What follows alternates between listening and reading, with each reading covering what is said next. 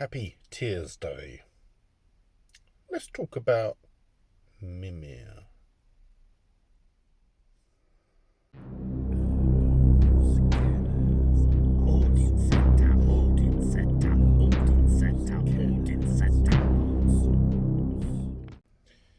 Now, Mimir is one of these Asgardians that has just a few mentions in the Poetic Edda, and they're quite important to some extent, and it's another instance for me personally where it really adds some gravity to the importance of Mimir by thinking about what is said that's also given depth by what is not being said. So let's go into it. Obviously, and this is something I've talked about in previous videos, the first war that's spoken of as a first war in Völuspá is a war between the Aesir and the Vanir. Not the Aesir and the Jotnar, which would be, a natural first war after Odin and his brothers kill Ymir, the progenitor of the Jotnar, and obviously the Asgardians were originally Jotnar themselves. So the first war doesn't happen to be a civil war. It's just like, hey, why did you do this? Blah, let's go. No, the first war is between Asgard, the Aesir, and the Vanir. And what's in particular curiosity is the fact that for the Aesir, battle gods, victory gods, they cannot beat the Vanir. Equally, the Vanir cannot beat the Aesir. It's a stalemate, it's a standoff. And what then happens is the two sides come to a peace agreement, and this in turn includes the exchange of, well, from one extent you can say it's an exchange of hostages to ensure the peace, or maybe the two sides send representatives to live within the other court to increase understanding and better develop relations. Now, interestingly, obviously, along the line, we get Freya in Asgard, who gets the first choice of the slain and half of the slain before Odin. And this is one of those things that goes into sort of, will a warrior or someone killed by weapons get to Valhalla? Not necessarily, but I've talked about that in other videos. So Odin, as the leader, the king of Asgard, sends Mimir to Vanheim, to the Vanir.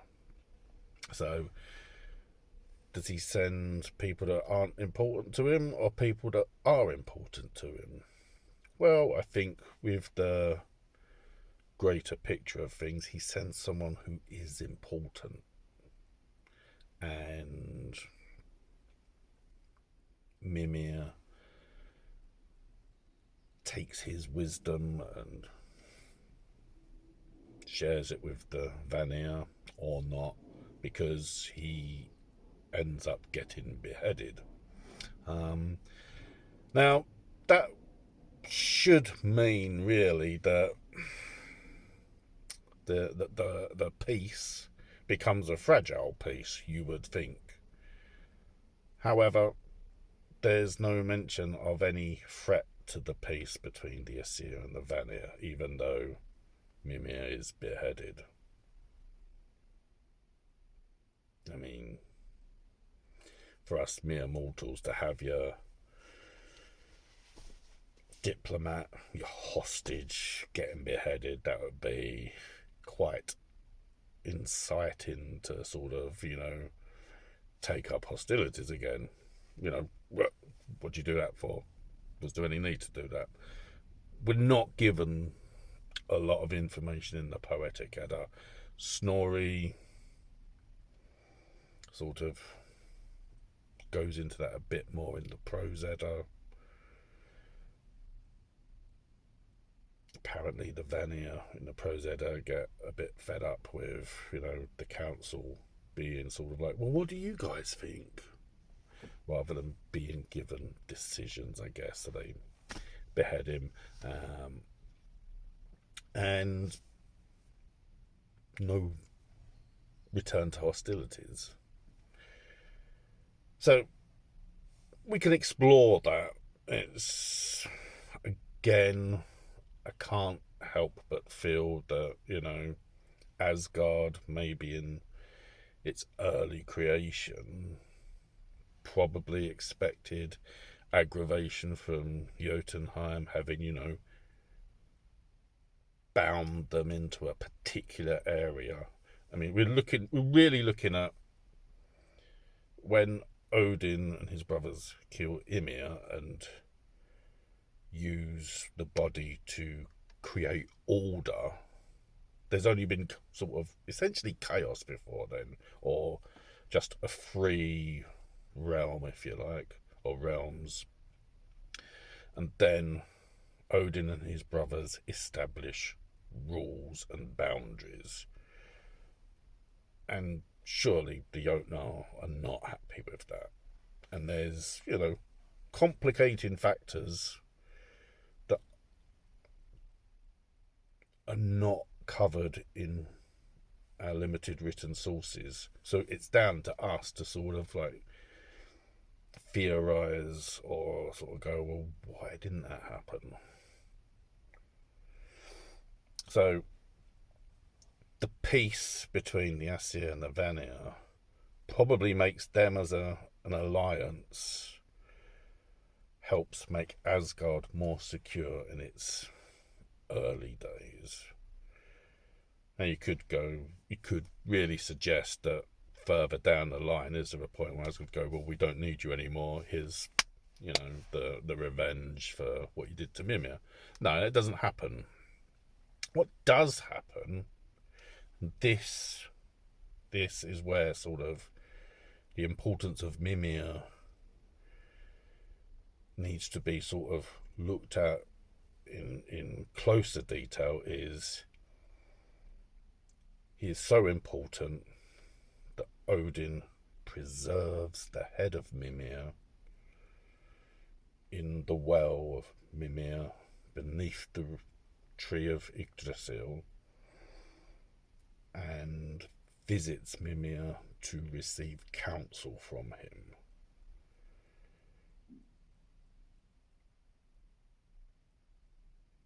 That's not sort of someone that's not important sent to the Vanir. This is someone that is really important because Odin himself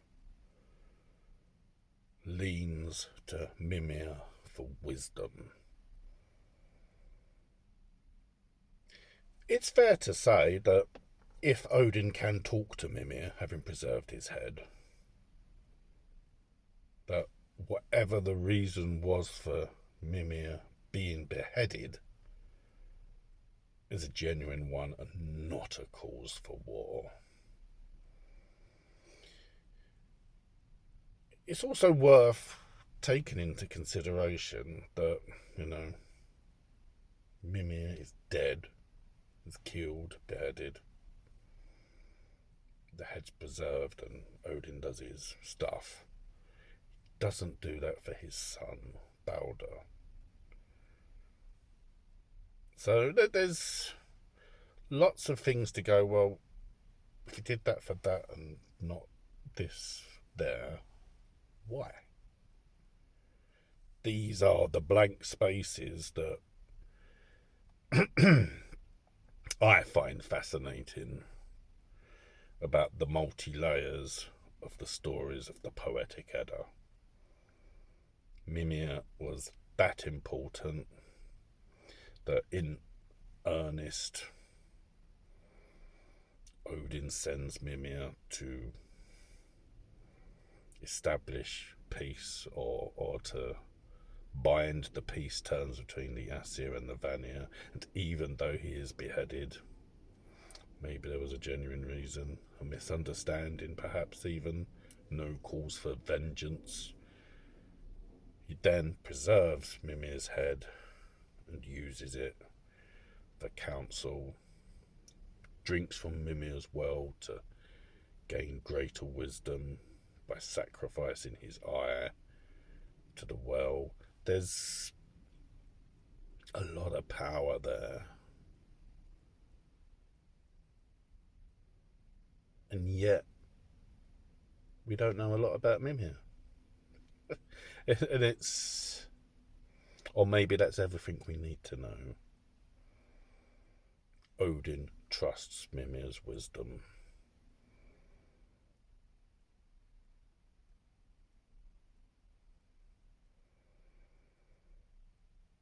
In many ways, this is why okay, it's a well that has flowers in it in my garden. It is still a well in the shade of our one tree in our garden, and it now has a tribute to Mimir in it. I'm not saying I'm going to start talking to it. It's more of a representation of aspects of my faith, and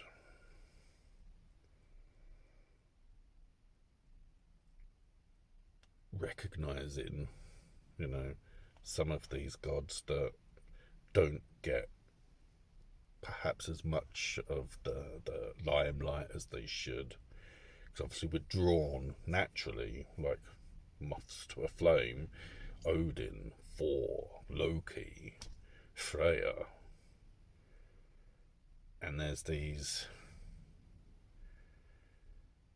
gods that don't get that light shined on them and have these levels of importance to them. And they are the challenging ones to sort of reach out to and to try and find a greater understanding of.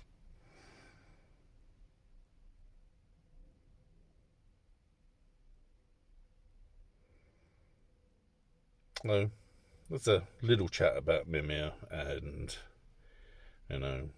something that really sort of breeds questions and can lead to theorizing and just fascination with my wood carved idol of Mimir. It's perhaps not the most flattering thing. Obviously, it's misshapen. However, I feel when I decided to use that piece of wood to carve it into Mimir's head, it had an aspect of, was it a clean decapitation? How soon was Odin able to preserve it? If it's kept within the water, it doesn't necessarily say it's kept within the water, but if it's kept by or with water and preserved, it's not necessarily going to be like a perfect head that's untouched. Can't imagine just that sort of, it was a clean sort of execution or beheading, or one that was accepted. I don't know. I mean, there's a certain amount of, maybe surprise in what I have carved, or a bit bit of distortion. And it's not meant as a disrespect. It's more a case of using the wood and its shape and its natural features to create something that works with a projection of what I have created for my Mimir, my representation. And really anything that we do in tribute is always going to be inferior to the real thing.